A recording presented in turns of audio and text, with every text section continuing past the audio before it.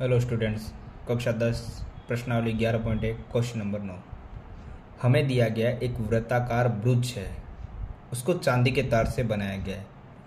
कोई एक हमारा एक ब्रुज है जिसको चांदी के तार से बनाया गया है और जिसका व्यास है 35 mm।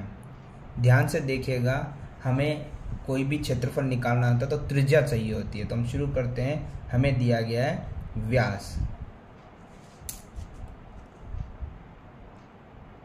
व्यास हमें दिया गया है 35 mm मिली। तो हम देखते हैं, सबसे पहले हम व्यास से त्रिज्या निकाल लेते हैं। और त्रिज्या निकालने का फॉर्मूला हमारे पास सिंपल होता है, व्यास बटे में 2।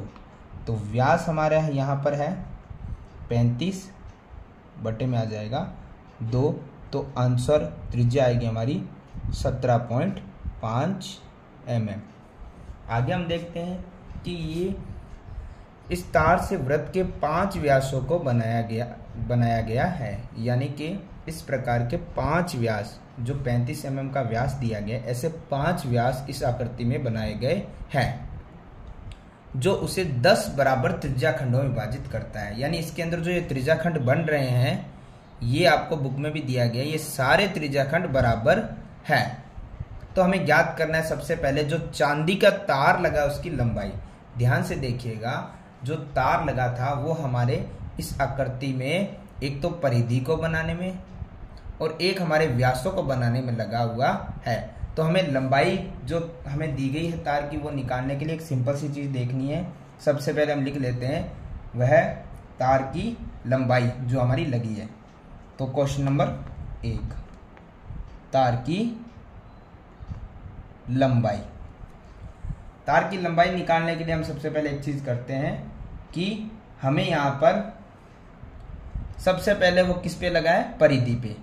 तो परिधि निकाल लेते हैं।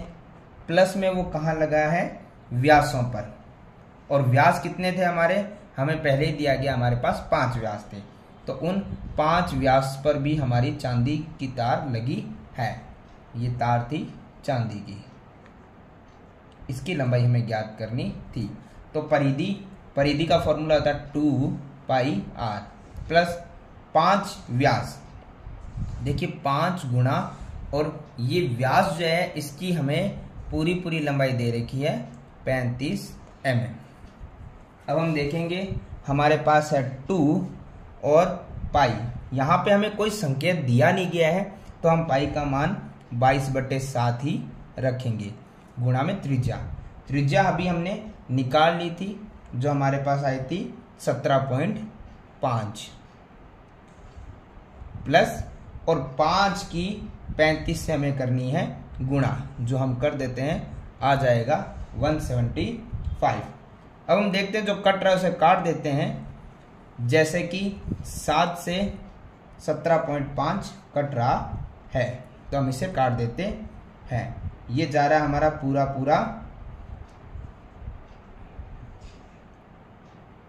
2.5, तो हम इसे काट देते हैं। अब हम देखते हैं कि हमारे पास इन संख्याओं की हमें करनी है गुणा। भाग में हमारे पास अब कुछ भी शेष बचा नहीं है, और प्लस में हमारे पास है 175। तो हम इनकी गुणा कर लेते हैं। तो इनकी हम गुणा कर लेते हैं।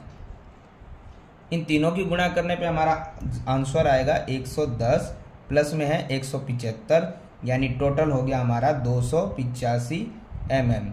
ये है हमारा पहला क्वेश्चन कि इस पे कितनी चांदी लगी थी। तो हमने बता दिया है कि हमारी चांदी लगी है कुल 285 mm। अब हमारा दूसरा क्वेश्चन कि ब्रुज के प्रत्येक त्रिज्याखंड का क्षेत्रफल ज्ञात करना है। हमें पता है कि 10 बराबर त्रिज्याखंड बन रहे हैं और सभी बराबर हैं, तो क्यों ना हम एक का निकाल लें और उसके बाद सभी 10 के 10 बराबर है तो 10 से मल्टीप्लाई कर सकते हैं। तो सबसे पहले हम एक त्रिज्याखंड का क्षेत्रफल निकाल लेते हैं। अब हम ध्यान से देखते हैं, हमें अभी त्रिज्याखंड का क्षेत्रफल निकालना है। त्रिज्याखंड का क्षेत्रफल, त्रिज्याखंड का क्षेत्रफल होता है थीटा बटे में 360 डिग्री गुणा में πr²। तो हमें सबसे पहले चाहिए थीटा यानी कोण, और हमारी आकृति में हमें कोण दिया गया नहीं है। तो उस कोण को निकालने का हमारे पास सिंपल फॉर्मूला है। हमारे पास जो ब्रुच दिया गया है वो एक वृत्ताकार आकृति का हमारे पास है। हमें पता है वृत्ताकार आकृति के केंद्र पे जो कोण बनते हैं वो कितने डिग्री के बनते हैं, 360 के। तो हम पहले कोण निकालने के लिए एक तरीका करते हैं। हमारे पास कुल कोण बनते हैं 360 और उसी केंद्र पे हमारे कुल 10 त्रिज्याखंड बन रहे हैं, कुल 10 त्रिज्याखंड बन रहे हैं। तो हमें पता है कि एक के हिस्से में कितना आएगा, उसका निकालने के लिए क्या करते हैं, 360 में 10 जो खंड बन रहे हैं उसको डिवाइड कर देते हैं। तो हमारे पास आएगा 36 डिग्री, यानी प्रत्येक कोण प्रत्येक त्रिज्याखंड में 36 डिग्री आएगा। तो आगे हमारे पास कोण थीटा 36 बटे में 360 गुणा में पाई 22/7 और गुणा में आर मतलब त्रिज्या 17.5। अब इसमें यदि कुछ कट रहा है तो हम उसे काट लेते हैं। जैसे 36 से 360 कट रहा है 10 बार। इस प्रकार हमारे पास बचता है 22/7 और नीचे 10 भी था और गुणा में 17.5 गुणा 17.5। ये पॉइंट यदि हम हटा देते हैं तो यहाँ पे दो संख्या, एक और एक दो संख्या पहले 2 जीरो आ जाएंगे। अब हम क्या करते हैं, इसको पूरा सॉल्व कर लेते हैं। पहले इनकी गुणा कर देते हैं और बाद में हम इसको डिवाइड कर देते हैं। और यदि कुछ कट रहा है तो हम उसे काट भी ले सकते हैं। जैसे मान लीजिए 7 से ये कट रहा है, 7 दूना 14 और 7 पाँचे 35, 25 बार। और की टेबल से हमारा 5 दूना 10 और 55 25 भी कट रहा है। एक बार हम इसको साफ लिख लेते हैं ताकि हमें कंफ्यूजन ना रहे। हमारे पास बचा है यहाँ पे 22 गुणा में यहाँ पे बचा है 175 गुणा में यहाँ पे बचा है 5, नीचे बचा है 2 गुणा में 100। तो 2 से हमारा 22 कट रहा है 11 बार। अभी भी हमारे नंबर्स कट रहे हैं तो हम काट देते हैं। 5 से कट रहा है ये 20 बार और अभी भी कुछ कट रहा है तो हम काट देते हैं। 5 की टेबल से ये 4 बार और ये जा रहा है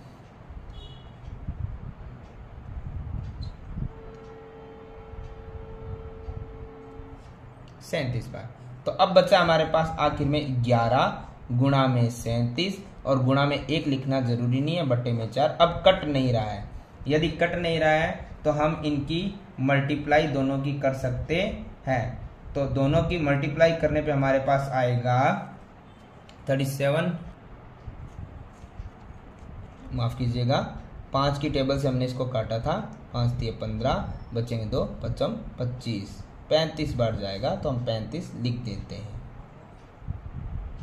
11 की गुणा 35 से जब हम करेंगे तो हमारे पास आ जाएगा 385 अपॉन में है 4। अब ये कट नहीं रहा है तो हम इसको यहाँ भी छोड़ सकते हैं। इस प्रकार हमारे त्रिज्याखंड का क्षेत्रफल आ गया है 385 अपॉन में 4। हमें प्रत्येक का पूछा था, यानी एक का पूछा था तो एक का हमने निकाल लिया। यदि इसमें ये सभी का पूछे तो हमें कुछ नहीं करना है, हमें इसमें एक लाइन और ऐड कर देनी है कि एक का क्षेत्रफल हमारे पास आ गया है तो गुणा 10 का क्षेत्रफल निकालने के हम 10 की मल्टीप्लाई कर देंगे। लेकिन अभी हम ये नहीं करेंगे क्योंकि हमें पूछा गया नहीं, हमें सिर्फ एक का पूछा गया है तो एक का क्षेत्रफल हमने यहाँ पे बता दिया है। क्वेश्चन नंबर 10 ध्यान से देखेंगे। हमें दिया गया एक छतरी है जो हमें बुक में इसकी आकृति बना के दी गई है। एक छतरी है जिसमें 8 ताने लगे हुए हैं जो बराबर दूरी पे। ताने जो हमारे छतरी पे जो इस प्रकार से हम देखते हैं, ऊपर से यदि छतरी को देखते हैं तो छतरी में इस प्रकार के कुल ये कह रहा है कि 8 ताने लगे हुए हैं, 8 ताने लगे हुए हैं। अब ये कह रहा है कि हमें सबसे पहले उनकी त्रिज्या दी गई है 45 सेमी। इनमें जो ये ताने, यदि हम ऊपर से छतरी को देखें तो हमें इसी प्रकार दिखाई देगी, और इनमें जो प्रत्येक ताने लगे हैं उन प्रत्येक तानों की त्रिज्या है 45 सेमी। और ये कहता है यदि हम इसको एक वृत्त मान लेते हैं, ऊपर से सपाट वृत्त, ऊपर से ये वृत्त की तरह ही लगेगा, और सपाट वृत्त मानते हुए हमें इनकी क्रमागत तानों के बीच का क्षेत्रफल निकालना है। बीच का क्षेत्रफल हमें पता है, ये बीच का क्षेत्रफल क्या होता है हमारे लिए, त्रिज्याखंड। क्या होता है हमारे लिए, त्रिज्याखंड। तो हमें निकालना है त्रिज्याखंड का क्षेत्रफल।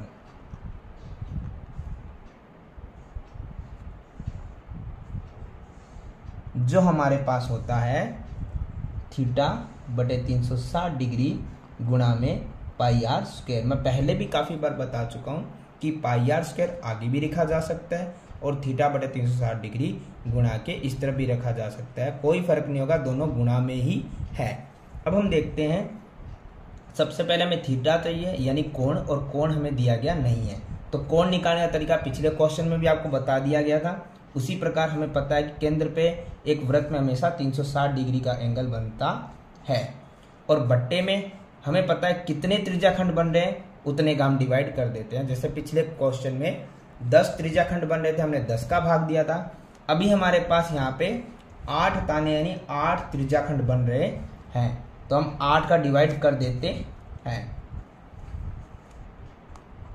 ये चला जाएगा 45 डिग्री, यानी हमारा एंगल आया है 45 डिग्री, 45 डिग्री बटे में 360 डिग्री गुणा में पाई। पाई के लिए हमें कुछ स्पेशल नहीं दिया गया है, तो हम 22/7 ही रखेंगे, गुणा में आर। आर हमें सबसे पहले बता दिया गया है 45 है, और उसका स्क्वायर है, हमें 2 बार 45 को लिखना पड़ेगा। इसमें जो कट रहा है उसे काट देते हैं, जो नहीं कटा उसे छोड़ देते हैं। तो हम देखते हैं 45 से हमारा 360 चला जाएगा 8 बार, और अब हमारे पास हमें देखना है यदि कुछ कट रहा है तो उसे काट लेते हैं। जैसे कि 2 से 8 कट रहा है 4 बार, 2 से 22 कट रहा है 11 बार, और कुछ कट नहीं रहा है तो हम लिख लेते हैं 11 गुणा में 45 गुणा में 45 बटे में 4। अब हम करते हैं, सबसे पहले हमारे पास एक 7 और बचा हुआ है, नीचे 4 बचा था और 7 बचा हुआ, बाकी कुछ नहीं है। तो हम ऊपर की ऊपर और नीचे की नीचे गुणा कर देते हैं। तो ऊपर इन सब की यदि हम गुणा करेंगे तो हमारे पास आएगा 22,275 बटे में 4 की 7 से गुणा करेंगे तो आएगा 28 यानी 28 सेमी स्क्वायर। तो इस प्रकार हमारा ये क्वेश्चन कंप्लीट होता है, क्वेश्चन नंबर 10। क्वेश्चन नंबर 11 हमें दिया गया है, किसी कार के 2 वाइपर हैं जो परस्पर कभी आच्छादित नहीं होते हैं। प्रत्येक वाइपर की पत्ती की लंबाई 25 सेमी है। हमें पता है कि जो गाड़ी में वाइपर होता है वो जिसकी लंबाई हमें पहले से दे दी गई है। अब हम देखते हैं वो काम किस प्रकार से करते हैं। मान लीजिए एक गाड़ी है, उस गाड़ी का ये फ्रंट कांच है, उस पर यदि कोई वाइपर लगा हुआ है तो वाइपर काम किस प्रकार से करेगा। मान लीजिए यहाँ पे कोई वाइपर लगा हुआ है, वो क्या करेगा, यहाँ से और यहाँ से इस प्रकार से वो गाड़ी के कांच को साफ करता रहेगा। तो हम मानते हैं, हम यदि इस आकृति को पूरा कंप्लीट बना लेते हैं तो हम मानते हैं केंद्र से वो एक वाइपर आ रहा है, और वो कहाँ तक आ रहा है, जहाँ तक साफ हो रहा है, जहां तक गाड़ी के कांच को वो साफ कर रहा है। तो ये एक प्रकार का बन गया त्रिज्या खंड, और इसमें जो वाइपर है उसकी लंबाई हमें पहले से दे दी गई है 25 सेमी है। तो हम मानते हैं ये वृत्त की क्या हो गई, त्रिज्या। और यहां हमें दिया गया है जो ये त्रिज्या खंड है, वो एंगल जो बन रहा है वो है 115 डिग्री का। हमें बताना है कि ये जितने क्षेत्रफल को साफ कर रहा है, जितने भाग को, उसका क्षेत्रफल निकाल के हमें बताना है। तो हमें पता है ये आकृति बनती है एक त्रिज्या खंड की। तो हम सबसे पहले इसे एक गोल आकृति को यहाँ बना लेते हैं। हमें अभी अभी हमने देखा है कि वहां से वाइपर आ रहा है, जो क्या कर रहा है, वाइपर एक 115 डिग्री के कोण पे बन रहा है एंगल, और जो पत्तियां जो वाइपर्स है उनकी लंबाई दी गई है 25 सेमी। अब हम देखते हैं हमारा त्रिज्याखंड, उसका क्षेत्रफल हमें ज्ञात करना है, तो हम त्रिज्याखंड का फॉर्मूला लगा देते हैं। त्रिज्याखंड का फॉर्मूला होता है थीटा बटे में 360 डिग्री और गुणा में पाई आर स्क्वायर। तो थीटा हमें दिया गया है 115 डिग्री का है, बटे में 360 डिग्री है और गुणा में पाई। पाई के लिए हमें कोई विशेष तौर पे यहाँ पे दिया नहीं गया कि क्या मान रखना है, तो हम पाई का मान 22/7 रख देते हैं। त्रिज्या हमें उन वाइपर्स की पत्ती की लंबाई दे रखी थी, वही त्रिज्या है, तो वो है 25, और त्रिज्या हमें कितनी लिखनी है 2 बार। इसको हम सॉल्व कर देते हैं, जब तक कट रहा हम काट देते हैं, जब कटना बंद हो जाएगा तो हम इसे छोड़ देंगे। मान लीजिए यह 5 की टेबल से ये जा रहा है 23 बार, 5 की ही टेबल यानी पहाड़े से जा रहा है ये 72 बार। देखते हैं हम 2 की टेबल से 22 जा रहा है 11 बार, और 2 की टेबल से 72 जा रहा है 36 बार। एक बार हम नीचे लिख लेते हैं इनको। हमारे पास बचा भी 23 मल्टीप्लाई में है 11, आगे है 25 मल्टीप्लाई 25, बटे में है 36 और 7। अभी हम देखते हैं यदि कुछ और कट रहा है तो हम उसे काट देते हैं, अन्यथा हम इसे गुणा कर देते हैं। जैसे कुछ नहीं कट रहा है तो हम 23 की गुणा 11 से कर देते हैं, जो हमारा होगा 253, गुणा में 25 की 25 से मल्टीप्लाई जब हम करेंगे तो आएगा 625, बटे में हम 36 की 7 से मल्टीप्लाई कर देते हैं तो आएगा 252। कुछ कट नहीं रहा है तो हम जो बाकी ऊपर जो बचा है उसकी भी मल्टीप्लाई कर देते हैं, तो 253 की गुणा 625 से जब हम करेंगे तो हमारा आ जाएगा 158 125, बट्टे में हमारे पास था 252। अब हमें पता है ये हमने एक जो वाइपर घूम रहा था, जो हमारा एक वाइपर घूम रहा था उसके त्रिज्याखंड का हमने क्षेत्रफल ज्ञात कर दिया है। लेकिन इसी प्रकार इसने हमें बताया है कि हमारी जो ये कार है इसमें 2 वाइपर्स लगे हुए हैं, तो हमें दोनों वाइपर्स का क्षेत्रफल निकालना है, क्योंकि ये पूछ रहा है कितनी सफाई वो दोनों पत्तियां प्रत्येक बुहार के साथ कितना क्षेत्रफल साफ कर रही है। तो यदि चल रहे हैं तो दोनों वाइपर एक साथ चलेंगे, तो इसी प्रकार दोनों वाइपर्स क्षेत्रफल साफ करेंगे। तो हमने एक का क्षेत्रफल निकाल लिया है, ये कह रहा है दूसरे की भी उतनी ही लंबाई त्रिज्या उतना ही कोण बन रहा है, तो सेम ही निकलेगा।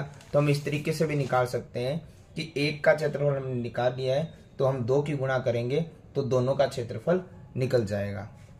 तो हम देखते हैं 2 से 252 कट रहा है हमारा 126 बार, बाकी कुछ कट नहीं रहा था तो वैसे का वैसे, और क्षेत्रफल निकला है तो सेमी स्क्वायर।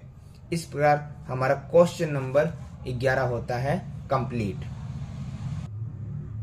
क्वेश्चन नंबर 12 हमें दिया गया है कि ये कह रहा है कि जहाजों को समुद्र में जल स्तर के नीचे चट्टानों की चेतावनी देने के लिए एक लाइट हाउस 80 डिग्री का कोण बना रही है और त्रिज्याखंड में 16.5 किमी की दूरी तक की लाल रंग का प्रकाश फैलाता है।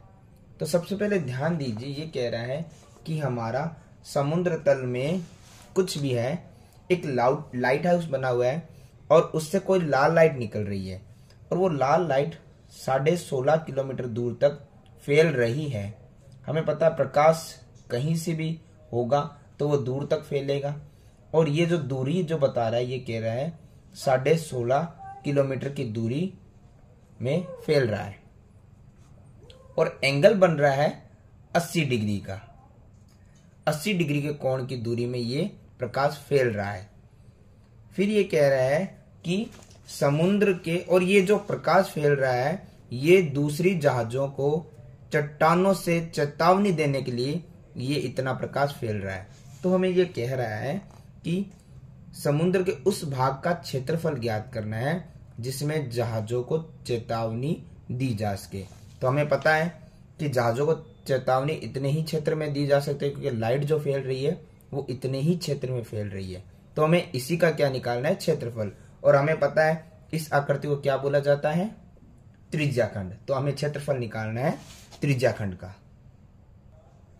तो हम त्रिज्याखंड के क्षेत्रफल का फॉर्मूला लगा देते हैं।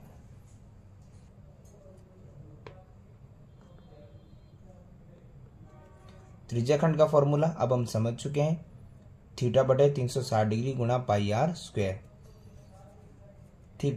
थीटा यानी कोण, एंगल हमें दिया गया है 80 डिग्री का, बटे में 360 डिग्री गुणा में पाई। ध्यान रखिएगा इन दो चीजों पे, पाई का यदि कोई भी आपको इंस्ट्रक्शन नहीं दिया गया, क्वेश्चन में कोई भी निर्देश नहीं दिया गया है तो हमें मान रखना पड़ेगा 22/7। लेकिन यदि हमें कोई भी इंस्ट्रक्शन क्वेश्चन में दिया गया है तो हमें वही मान रखना है जो आपको दिया गया है। पाई का मान 3.14, तो हमें पाई का मान रखना है 3.14। और आर हमारे पास दी गई थी 16.5, और ये हमें कितनी बार लिखनी है, 2 बार। अब इसको सॉल्व करना है, जो कट रहा है उसे काट देते हैं, जो रह जाता है उसे छोड़ देते हैं। जैसे 0 से 0 चला गया है, 4 दूना 8, 4 नीम 36। इसी प्रकार एक बार हम नीचे लिख लेते हैं संख्या को, 2 गुणा में 3.14 गुणा में 16.5 गुणा में 16.5 और बटे में 9। जब तक कट रहा है काट दीजिए। 3 के पाड़े से 9 भी कट रहा है, 3 के पाड़े से 16.5 भी कट रहा है, फिर 3 ही के टेबल से वापस 16.5 कट जाएगा। तो अब हमारे पास बट्टे में कुछ भी बाकी नहीं रहा है। ऊपर हमारे पास सेंस है 2 गुणा में 3.14 गुणा में 5.5 गुणा में 5.5। बट्टे में कुछ सेंस नहीं है। अब हमें इन सब की क्या करनी है, गुणा, और जो हमारा आखिरी आंसर आएगा उसे हम लिख देते हैं। 2 की गुणा 3.14 से गुणा करने पे आएगा 6.28। 5.5 की गुणा 5.5 से करने पे आएगा 30.25। अब बट्टे में वैसे भी हमारे पास कुछ सेंस नहीं है, आखिर में जो 2 नंबर बचे हैं उनकी भी हम गुणा यानी मल्टीप्लाई कर देते हैं। दोनों गुणा करने पे हमारे पास आखिरी उत्तर मिलेगा हमें 189.97। आखिर में हम देखते हैं सेमी है, मीटर है या किमी है। हमारे पास जो क्वेश्चन था उसमें दिया गया था आपको किमी में, तो हम इसमें लिख देंगे पीछे किलोमीटर स्क्वायर। इस प्रकार हमारा क्वेश्चन नंबर 12 होता है कंप्लीट। क्वेश्चन नंबर 13, हमें यहाँ पे दिया गया है कि एक गोल मेज पर 6 समान डिजाइन बने हुए हैं। ये हमारा डिजाइन बना हुआ क्वेश्चन में दिया गया है, जैसा कि आकृति में हमें दर्शा भी दिया है। ये कह रहा है यदि मेज पोस्ट, जो ये मेज पोस्ट बना हुआ है इसकी त्रिज्या आपको दे दी गई 28 सेमी है। बाद में इस पे कुछ खर्चा लग रहा है, वो खर्चे की लागत भी हमें ज्ञात करनी है, और जहां अंडरूट आएगा उसका मान हमें 1.7 रखना है। तो सबसे पहले हम छोटा सा समझ लेते हैं कि हमारे पास आकृति में हमें साफ दिख रहा है कि यहां से हमें ये बता रहा है आकृति में कि 28 सेमी की त्रिज्या का ये मेज पोस्ट है। तो हमें पता है केंद्र से हमारी जो त्रिज्या आएगी वो त्रिज्या है 28 सेमी की। और ये आकृति जो आपको नीचे दिख रहा है इसका मतलब होता है लघु वृत्तखंड। ये हमें पहले से डिजाइन के अंदर दिया हुआ है इस मेज पोस्ट में। तो हमें निकालना पड़ेगा इस त्रिज्या खंड के क्षेत्रफल को। जब हम निकालेंगे तो हमारे इस लघु वृत्तखंड के क्षेत्रफल को भी हमें निकालना पड़ेगा। और इस प्रकार से हमें गोल मेज पोस्ट पे कम से कम 6 समान डिजाइन बने हुए हैं, सभी का क्षेत्रफल निकालना पड़ेगा। लेकिन इसके साथ हमें एक चीज भी ध्यान रखनी है, हमें यहाँ पे जो त्रिज्या खंड में केंद्र पे कोण जो अंतरित होता है वो बताया गया नहीं है। तो इसको समझते हैं किस प्रकार से लेते हैं। सबसे पहले हमें एक चीज ध्यान रखनी है कि इसमें 6 डिजाइन बने हुए हैं। अब इस चीज पे ध्यान करते हैं हमें पता है कि एक जो वृत्त होता है उसके केंद्र पे बनने वाले कोणों का योग कितना होता है, 360 डिग्री। मेज पोस्ट पे कितने डिजाइन बन रहे हैं समान आकृति के, 6 डिजाइन है। ऐसे एंगल्स हमने पहले भी क्वेश्चंस में निकाले हैं। तो हमारे पास एक एंगल यानी कि एक जो त्रिज्या खंड होगा उसके अंदर कितना एंगल आएगा, 6 अलग अलग बन रहे हैं तो एक में आएगा 60 डिग्री का। और हमें इसकी त्रिज्या पहले से बुक में दे दी गई है, क्वेश्चन में 28 सेमी है। और मेज पोस्ट कुछ इस प्रकार के डिजाइन बने हुए हैं और ये डिजाइन इस प्रकार के 6 डिजाइन पूरे बने हुए हैं जो बुक में हमें दिखा दिया गया है। अब हमें इसमें एक चीज ध्यान देनी है, अब हमें जो ये डिजाइन बने हुए थे इसको हम बोलते हैं, ये इस वाले डिजाइन को लघु वृत्तखंड। तो हमें अब लघु वृत्तखंड का क्षेत्रफल ज्ञात करना है तो उसी का हम फॉर्मूला लगा देंगे। लघु वृत्तखंड का फॉर्मूला होता है, पहले त्रिज्या खंड का फॉर्मूला लगाना होता है जो हमारे पास है θ/360 डिग्री गुणा में πr²। और उसी में से हमें त्रिभुज का क्षेत्रफल क्या करना है, माइनस करना है। यानी त्रिज्या खंड पूरा निकालेंगे, उसमें से त्रिभुज माइनस कर देंगे तो हमारा बचा हुआ ये लघु वृत्तखंड निकल जाएगा। तो हम देखते हैं θ/360 डिग्री है। थीटा अभी हमने निकाल लिया, 60 डिग्री है तो वो लिख देते हैं, बटे में 360 है, गुणा में पाई के लिए कोई निर्देश दिया गया नहीं है तो हम इसके लिए 22/7 का ही प्रयोग करेंगे। गुणा में आर यानी त्रिज्या आपको दे दी गई थी 28, तो यही दोनों तरफ लिखी जाए क्योंकि r² है, माइनस। अब है त्रिभुज। लघु वृत्तखंड में जो आकृति बनी उसका हम नामांकन कर देंगे तो हमारी वो आकृति हो जाएगी AOB। अब इसका क्षेत्रफल हमें निकालना है। हमें एक चीज हमने पहले भी सीख ली थी, हमारा यदि 60 डिग्री का कोई एक कोण भी है तो हमारे पास तीनों एंगल ही क्या बन जाते हैं, 60-60 की, यानी समबाहु त्रिभुज। और समबाहु त्रिभुज के क्षेत्रफल का फॉर्मूला होता है हमारे पास √3/4 भुजा स्क्वायर। इसको हम सॉल्व कर लेते हैं, उसका मान हम रख देंगे। 0 से 0 चला गया, 6 से 36 चला गया 6 बार, 2 से 6 चला गया 3 बार और 2 से चला गया 22 11 बार। एक बार हम संख्याओं को लिख लेते हैं। हमारे पास बचा है 11 गुणा में 28 बटे में 3 और गुणा में 7 माइनस √3/4 भुजा वही होती है जो आपको यहाँ पे दर्शाई जाती है। तो भुजा हमारे पास है 28, उसे हमें लिखना है 2 बार। ध्यान देंगे 7 से 28 जा रहा है 4 बार और 4 से 28 जा रहा है 7 बार। हमारे पास बाकी बचा है 11 गुणा में 28 गुणा में 4 बटे में 3। अब कुछ कट नहीं रहा है, माइनस √3। ध्यान दीजिएगा, हमें किताब में क्वेश्चन के साथ ही निर्देश दिया गया था कि √ जहां भी आएगा 3 वहां पे हमें मान रखना है 1.7। तो हम √3 की जगह रख देंगे 1.7। गुणा में है 7 और गुणा में 28, इसके बट्टे में कुछ भी शेष नहीं है। अब हमें एक चीज ध्यान करनी है, यहां पर यदि कुछ नहीं कट रहा है तो हम उसको गुणा कर देते हैं। हम तीनों की गुणा कर देते हैं। तीनों की गुणा करने में हमारे पास आएगा 1232, बटे में हमारे पास 3 था, माइनस। अब हम इन तीनों की भी मल्टीप्लाई गुणा कर देते हैं तो हमारे पास आएगा 333.2, बट्टे में कुछ है नहीं, ठीक है। इसके बाद हमें पता है कि जब प्लस माइनस हो बट्टे वाली संख्या, यदि यहाँ इधर कुछ नहीं है तो हम 1 लगा देते हैं और इनका हम लेते हैं लेस है। 1 और 3 का लेस है, हमारे लिए आएगा 3। हमें पता है कि लसाअ जब भी हम लेते हैं तो बट्टे वाली संख्या का होता है भाग, 3 से 3 का भाग देंगे तो बचेगा 1, और 1 की गुणा ऊपर वाली संख्या से करेंगे तो एज इट इज वही नंबर आ जाएगा माइनस। इसी प्रकार 1 का 3 में भाग करेंगे तो आएगा 3, और 3 की गुणा जब इस पूरे नंबर से करेंगे तो हमारे पास मल्टीप्लाई करने पे आ जाएगा 999.6। अब हमें क्या करना है, ऊपर वाले नंबर में से ये नंबर माइनस कर देना है। तो हम जब भी माइनस करेंगे तो हमारे पास आ जाएगा 232.4। बट्टे में हमारे पास मौजूद था 3। अब हम इसी चीज को देखते हैं।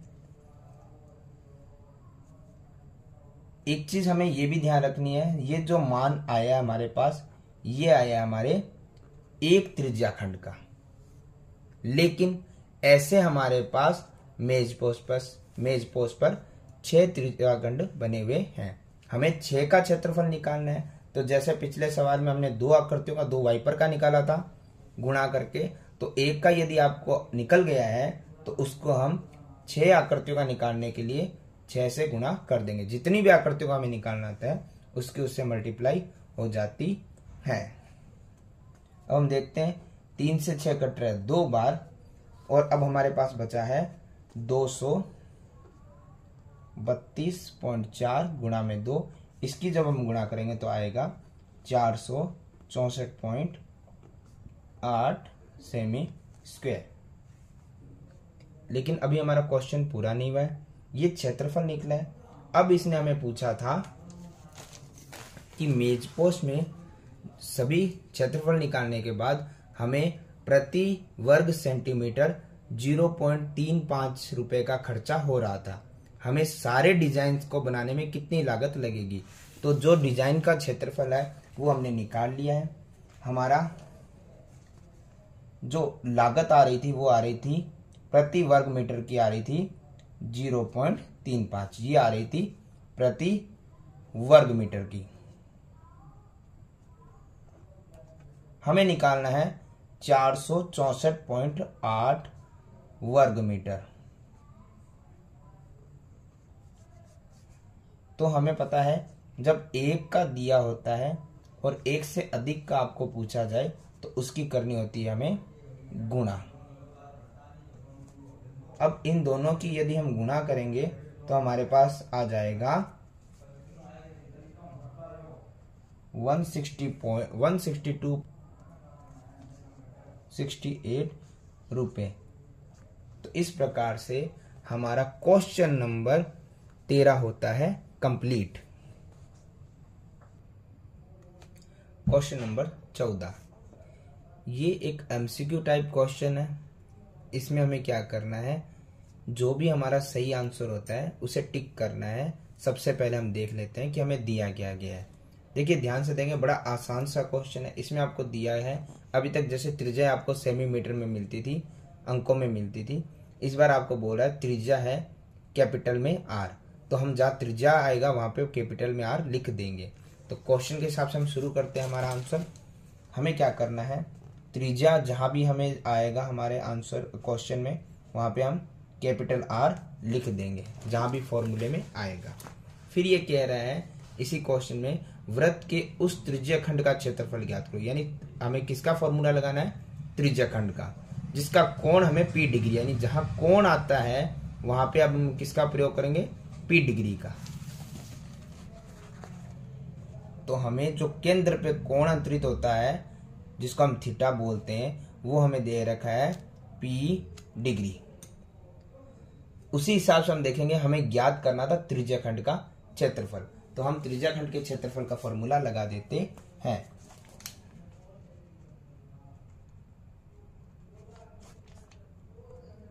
त्रिज्याखंड का क्षेत्रफल, त्रिज्याखंड का क्षेत्रफल होता है थीटा बटे में 360 डिग्री गुणा में पाई R स्क्वायर।